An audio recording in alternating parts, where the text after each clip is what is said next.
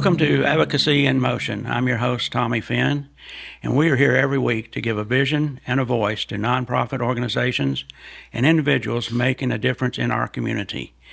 And before I introduce our guest today, I want to say thanks to our presenting sponsor, Niagara Conservation.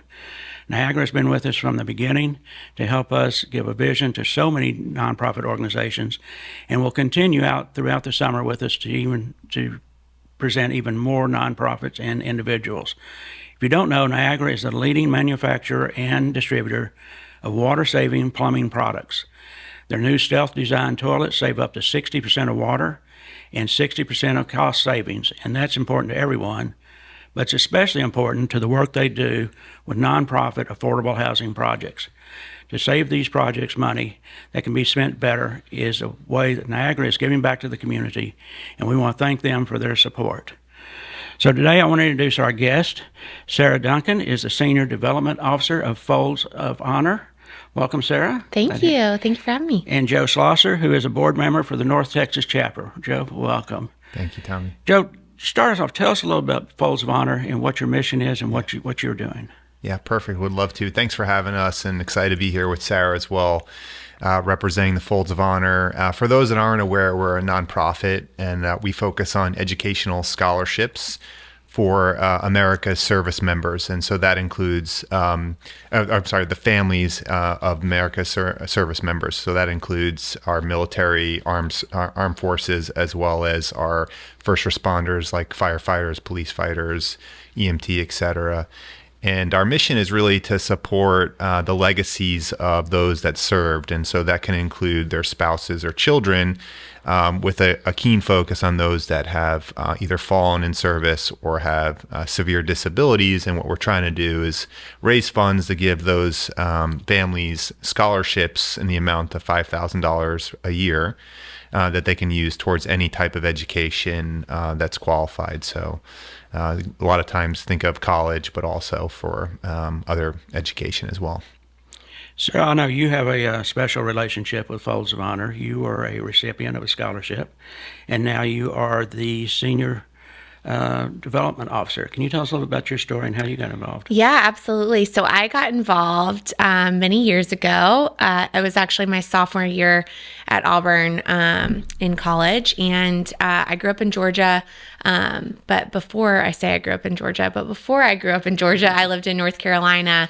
My dad served. He was a navigator, or the backseater, in the F-15 Striker Eagle. So his title was Weapons Systems Officer. And growing up in North Carolina, we were stationed at Seymour Johnson at the time.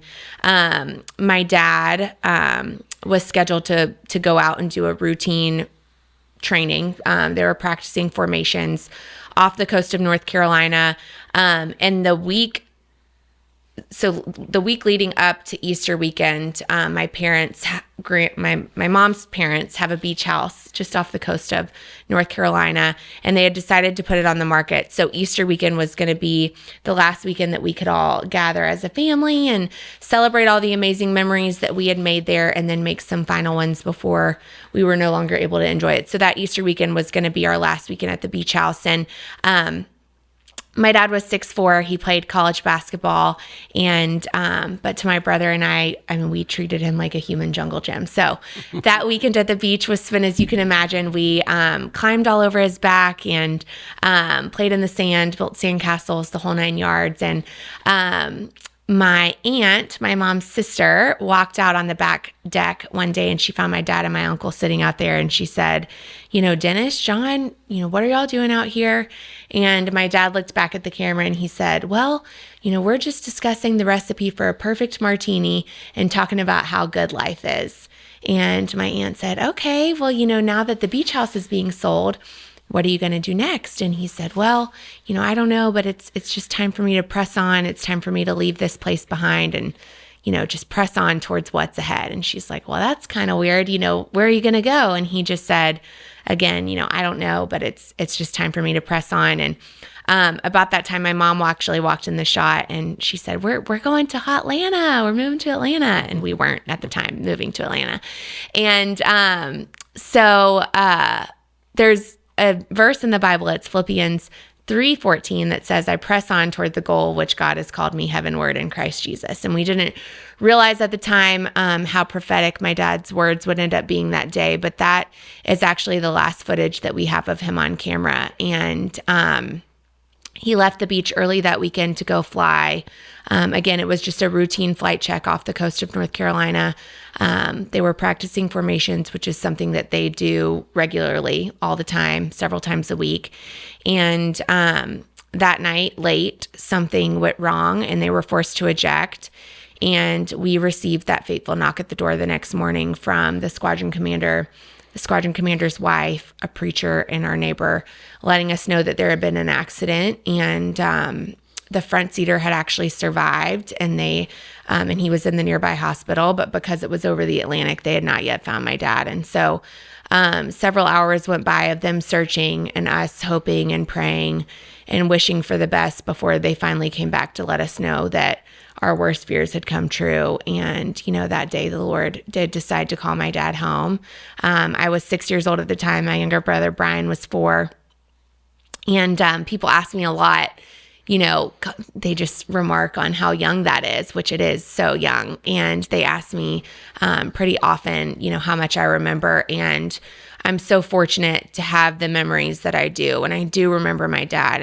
And, when we were little, I remember specifically he would start at the bottom of the stairs and we would climb on his back and he would count down from 10 and then go blasting up the stairs like a rocket ship. And that's how we went to bed in our household. And I remember the accident. I remember walking through Arlington and just being so overwhelmed by just the scene of Arlington. I mean, I think for most people, it just kind of stops you in your tracks anyways, but especially when you're there for your dad's funeral and obviously the service of someone who sacrificed so much. And so anyways, all that to say, I was very young. And when I was a junior in high school, I started looking at where I might go to college and then quickly started looking for different resources, financial aid opportunities, scholarship options, all of that kind of stuff. And we quickly realized how little help there was for families like mine. And we didn't find much,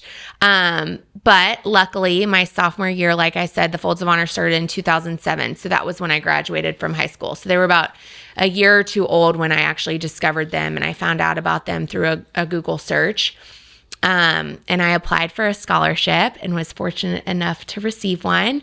And spring semester of sophomore year, I was walking into the business building and I got a call from an Oklahoma number, which was someone who was working with the Folds of Honor, who had been involved since the beginning. And they had read our family story through my application, obviously, and they asked me if I would be willing to come share our story at a press conference in Atlanta. Auburn is a short drive from Atlanta for those that don't know. And so I said yes, having no idea what that yes might mean in the future.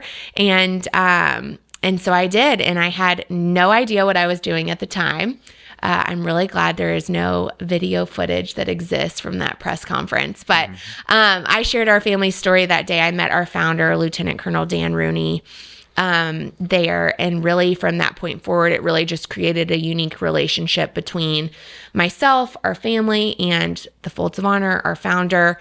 And so I spent the rest of my college career just kind of traveling with them on the weekends or whenever I was able to share our story and lend my, my testimony as to what it meant to receive a Folds of Honor scholarship. And I graduated in 2011 thanks to the Folds of Honor, and it was the only financial assistance aside from a local Auburn scholarship that I received through my dad's sacrifice. And I tell people a lot that obviously the financial scholarship served as a relief for my mom and I, but I think even more than that, just to know that there were a group of people in Owasso, Oklahoma, most of whom I did not know, just cared about my dad's sacrifice, and not only the sacrifice that he made, but that our family made as well, I think it's just a gift that is hard to articulate, and it's a gift that's priceless for Gold Star families like mine. And so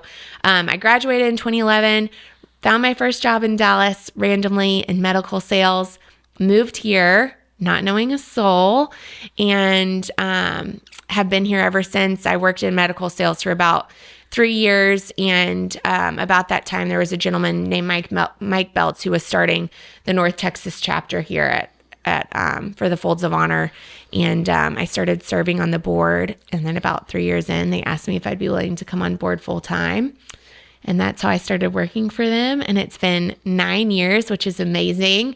And I look back over the past 9 years, and it is humbling and wild and truly incredible to see how much the organization has grown over the past 9 years. And equally, it's just all of those things to look back and see how much I've grown over the past 9 years right alongside them. So it's been an incredible privilege and blessing, and amazing to work for an organization that's done so much for my family, and to have the opportunity to serve families that are walking a similar path that I once walked. That's, of course, we all certainly appreciate your dad's service to our country. And from that, your service, giving back through Folds of Honor, which is really what it's about when someone can go through a tragedy or something and make something so positive out of it. Joe, you're on the board, North Texas board. How did you get involved with Folds of Honor? Yeah, well, just listening to Sarah, you can see how easy it is to be compelled by the mission. Actually, we met in 2000, probably late 2018. I had only been in Dallas a couple of years at this point. We had moved from Boston and attended an event. An ISN, the company I work for, has a lot of younger people that have been contributing with different aspects of the local chapter here, and got a chance to meet Sarah and hear her story and a little bit of the mission, more of the mission at that time. And they had asked if someone could represent our company, who had been one of the sponsors and had made some donations from a corporate perspective, to try to bring some additional ideas to the chapter. And so I joined the board in 2018-19 and have been on since. And it's been exciting to see some of the interest and growth that we've seen here just across Texas, but even beyond that, the amount of exposure that the foundation's had and its impact. I know that in the scholarships that you're giving out, Yeah. I think I saw that over 44,000 scholarships have been given out, and was it about 1,200 here in Texas alone? Yeah, that's right. If you look at even just the demand this year, so 44,000 since 2007 have been awarded. This year we had over 12,000 applicants, so you can get a sense for how that's growing, which is great. It's exciting, but then there's tons of need that we need to meet, and that's still at $5,000 scholarships, which is not meant to replace what college costs for, but it makes a big impact and can really lift some of that burden, and it allows us to really have a broader impact across more applicants for that money. I know that Folds was founded by Lieutenant Colonel Dan Rooney, who has a fascinating story himself, both in the military and PGA Pro, and your website shows some beautiful footage of Colonel Rooney with people like Jack Nicklaus and George Bush and so many supporters of Folds of Honor throughout the country and throughout all different parts of the country. Tell us a little bit about the leadership of Folds today. How's it structured? Yeah. I can start, Sarah, and then you're closer to the kind of national organization. So so as Sarah mentioned, they're based in Owasso, Oklahoma. In fact, there's a golf course that is right there as well, called the Patriot, which where proceeds from that golf course go towards the Folds of Honor, and you'll see golf as kind of a major theme, which is kind of cool because it's it allows us to have really fun events and great sponsors and kind of influencers for the brand. But so Dan started the group, the foundation, 2007, and with the focus in trying to raise as many funds as possible. And the mission has always been simple. And it took some really big supporters, I think, to get things going, including a sponsor like Anheuser-Busch, which launched a Patriot can, or a folded flag can, on one of their Budweiser cans back in the back in the early days, and that really was able to kind of really engage corporate sponsor to raise funds, as well as engage different people who are purchasing those cans. And then The PGA also, and through golf relationships, were able to launch Patriot Golf Day, where golf courses across the country were donating a portion of their rounds on Memorial Labor Day weekend towards the Folds of Honor, and that allowed the group to really get started with a significant amount of capital quickly. And then from there, National saw the idea of engaging more locally, and that's where the chapters were formed. And one of the first chapters was here in Texas, founded by Mike Belts, who was connected to Dan Rooney through Kansas, and his son who was attending there. And that got North Texas started, and that allowed us to really engage local leaders and people that want to give. And I think that's been a huge factor. And I don't know how many chapters we have now, but we have over 30 across the country and growing. I noticed that it has grown quickly. And what do you think is the biggest factor for your growth? I think, there are a couple, we've grown opposite of how a lot of nonprofits have grown, if you look at it historically. And a lot of nonprofits grow through individual reoccurring gifts, and we certainly have many proud patriots who give a small amount to us monthly, which we're so grateful for. But we have had the incredible privilege of partnering with really large corporations in our history. Joe mentioned Anheuser-Busch. Obviously, we're super embedded in the game of golf, with Dan being a PGA golf professional. When he first started, he went to what he knew, and that was golf. And they have been so good to us and incredibly generous. But I think we've really been able to grow by partnering with these large corporations because our brand is so strong. And as Joe mentioned, our mission is very unambiguous. Our mission is very specific. And so it makes it easy for corporations to kind of tell our story in a way that their customers can easily get behind. And so a lot of times, like I use Quick Trip as an example. Quick Trip is a great corporate partner of ours. And they do a big activation with Powerade within their store. And if they have Powerade and another brand on their shelf, but they put a sticker on the window that says, if you buy Powerade, a percentage of proceeds will go to help educate military families.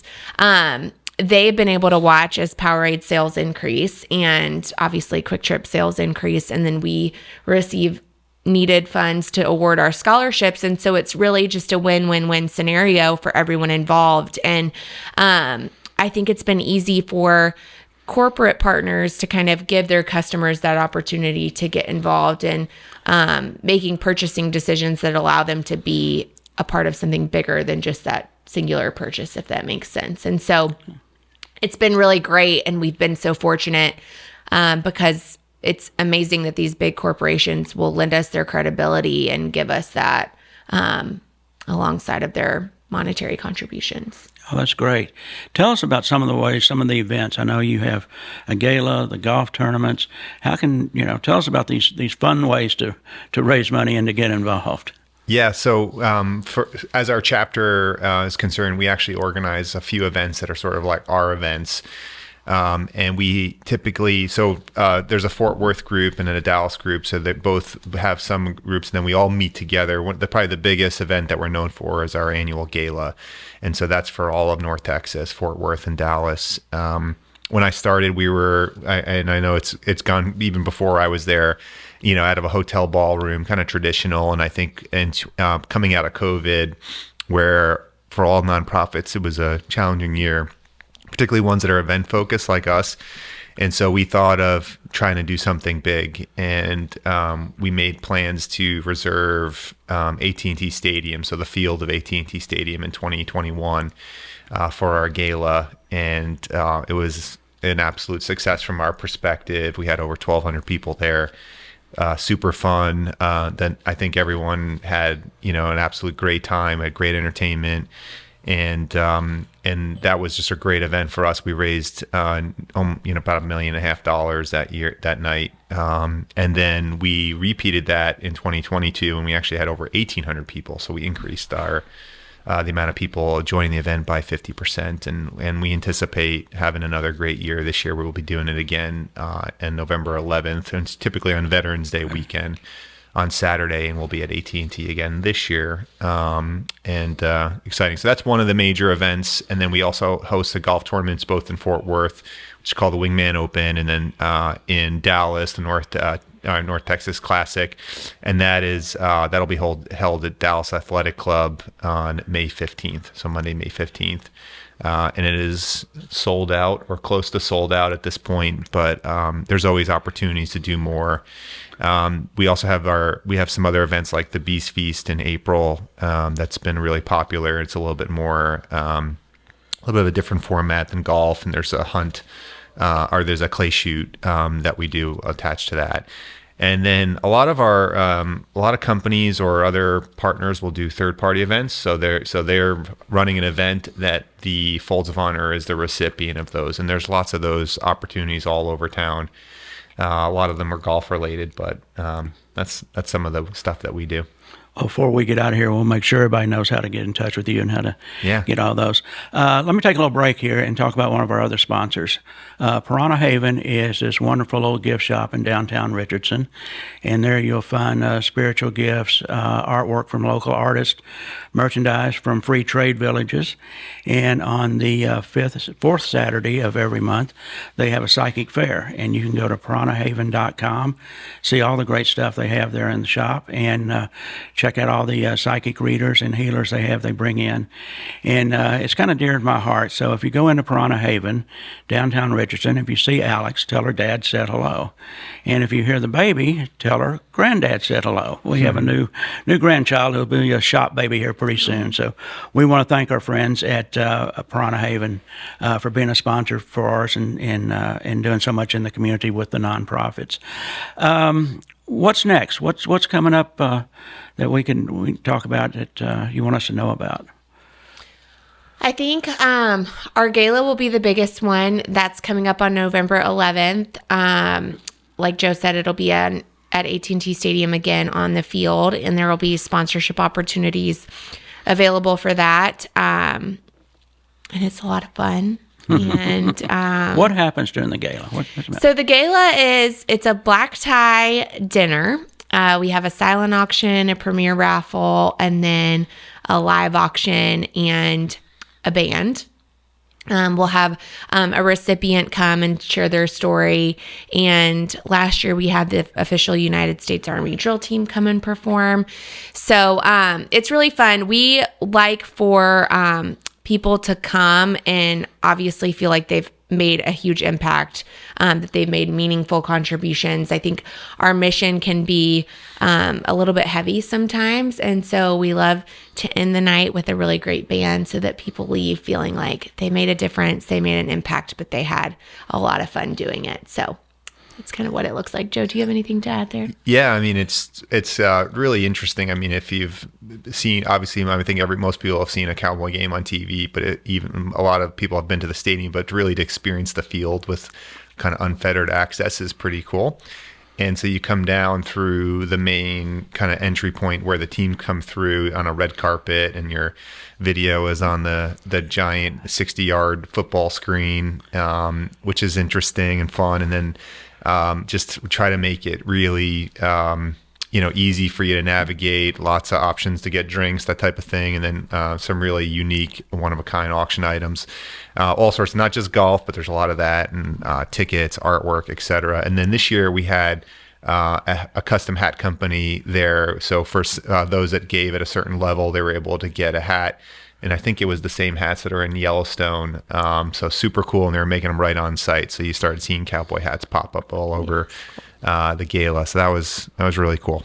You're right. I have had the opportunity to work with some events on the field at AT&T. And if you haven't ever done it, it's just an amazing experience to walk out on that field and be a part of an event such as your gala or whatever might be there. So we'll certainly go forward and help you guys promote that a little bit, because it's such a wonderful cause, and it'd be a great experience to be able to be a part of that and give back.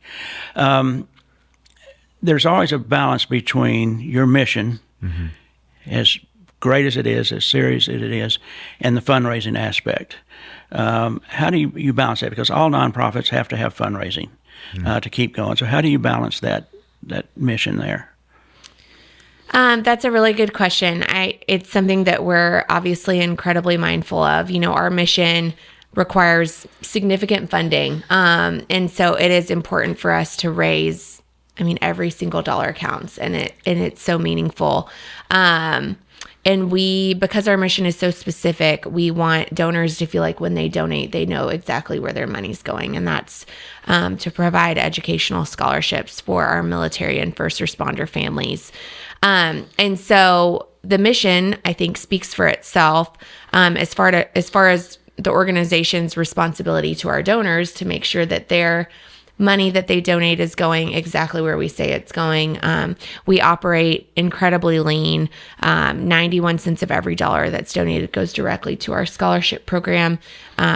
We have the highest possible rating on both Charity Navigator and GuideStar, which are two of kind of the watchdog organizations in the nonprofit space. And so that's something that we're really proud of. We work really hard to preserve those metrics and make sure that our ratios stay tip top.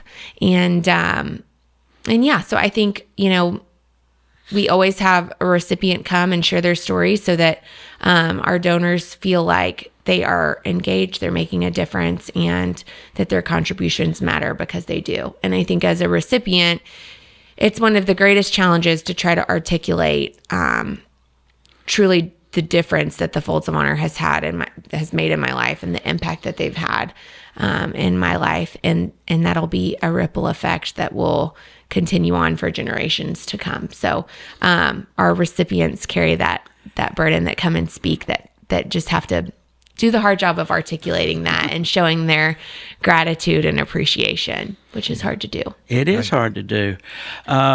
There's so much to go ahead, Joe. I was just want to add one thing to that, Tommy, if that's okay. I was thinking it from maybe two aspects too, from an individual and a corporate perspective, and from the way I view it, from an individual perspective, I think there's something to be said about this $5,000 scholarship.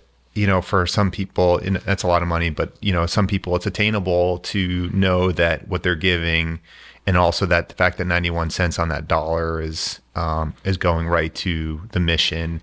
You can feel pretty good about getting close to a full scholarship or a portion of a scholarship as an individual, and knowing, and then having that be a real thing, that it's touching somebody's life. And I think the education aspect is there are a lot of causes out there. There are a lot of different ways that things, the mission is provided, but providing education is really providing opportunity. Mm-hmm. And I think from a corporate perspective, that's probably part of it is, it's a very easy mission. I think a lot of companies, they're worried about contributing to organizations sometimes that could potentially do more harm than good as far as tarnishing their brand or how they look at things. And with the Folds of Honor, not only is it run lean, but the mission is simple. And then if we look at our recipient pool, 40% of our recipients are minority recipients. So that's a great kind of view to, it's not a political thing. We're not trying to sponsor one group or another. We're really just trying to help those that are providing sacrifice to the country. And I think it's an easy mission to get behind from that perspective.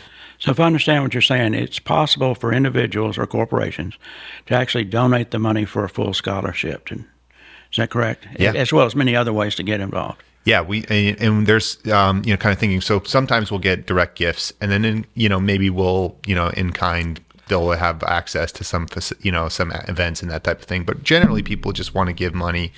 We find that to be very common. From a corporate perspective, that's certainly part of it. But there's, that we mentioned some of the Budweiser cans. There's a lot of ways for brands to engage with it as well, or the Quick Trip example. So there's kind of all sorts of different ways to do that, and then round up $1 or give $1. We did Sarah led an opportunity with Bojangles. I mean, you can talk about where they were able to raise a ton of money through putting the Folds of Honor logo on a box. So there's all sorts of different ways, and we would invite those discussions with companies or individuals, and we kind of give a menu of options. Well, we'll repeat this in a minute, but tell us now how people can get in touch with you and how they can learn more about what you're doing and make donations. So you can visit our website. northtexas.foldsofhonor.org is our chapter website. So you can donate on there. It'll have information, obviously, about all of our events. It'll have our contact information, all of that kind of stuff. And then foldsofhonor.org is the national organization's website. Wonderful. And you can also find us on social media. All right. Yeah. And you can find us on social media. And There you'll be you able go. to see you guys on social media. Yes. So that works out well. There is so much to your story, so much good news out there. What have we missed? I know I haven't asked all the questions, and just take a minute, just tell us what you'd like for the audience to know that we may have missed. I can start. One of the things that I thought was kind of fun, so you talk about $5,000, a really big lift for a lot of people, and how can people get engaged? And so I thought the Folds of Honor did a really interesting program. It's gone through some name changes, but it's currently called the Squadron Program. And I'm a squadron member myself. And what we do is allow people to donate a certain amount of money per month as a way to contribute. So you think about the cost of a subscription to a streaming service, et cetera, or a few cups of coffee. So, typically they start at $13 and go up per month, but people can contribute, a little bit out of their paychecks monthly towards the mission. And that's really starting to grow. In particular in North Texas, we've had tons of people signing up to do that. And that's those dollars, those $13 or plus a month start to really add up. So that's a kind of interesting way if folks had wanted to, get involved in a simple way. And then you get communication from us as a way to kind of understand where that money's going and how you're making a difference. So that was one thing I wanted to note. Thank you.